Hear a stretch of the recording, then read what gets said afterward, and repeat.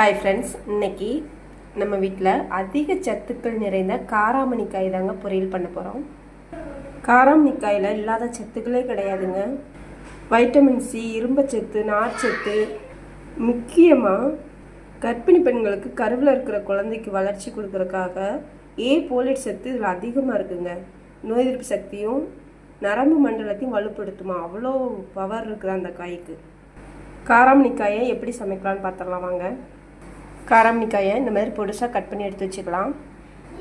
400 gram காராமணிக்காய் எடுத்துருக்குறேன். 100 gram சின்ன வெங்காயம் எடுத்துருக்குறோம். அது கூடவே சீரகம், ஒரு பச்சை மிளகா, கொஞ்சம் கருவேப்பிலை, 3 சேர்த்து தட்டி எடுத்து வச்சுருக்குறோம். நெக்ஸ்ட்டு காய்க்கு தேவையான மஞ்சத்தூள், கரம் மசாலா, சாம்பார் பவுட்ரு கொஞ்சமாக எடுத்து வச்சுருக்குறோம். கடாயில் எண்ணெய் விட்டு கடுகு, உளுந்து போட்டு ஃப்ரை பண்ணியிருக்கிறோம். ஒரு கட் பண்ணி வச்ச காஞ்ச மிளகா சேர்த்துக்கலாம். கொஞ்சமாக கருவேப்பிலை சேர்த்துக்கலாம். இந்த ஸ்டேஜில் நறுக்கி வச்சுக்கிற சின்ன வெங்காயத்தை சேர்த்துக்கலாம். வெங்காயம் இந்த அளவுக்கு வளர்ந்தா போதும். இப்போ காயை சேர்த்துடலாம். கட் பண்ணி வச்சுக்கிறேன்.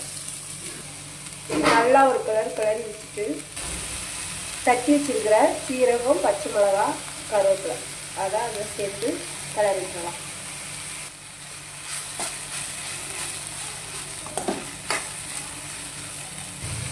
காய் நல்லா ஒரு பாதியளவு வந்துடுச்சு.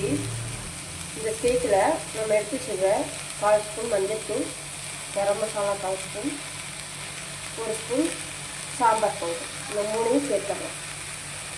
காராமணிக்காய்க்கு தேவையான சால்ட்டு சேர்த்துக்கலாம்.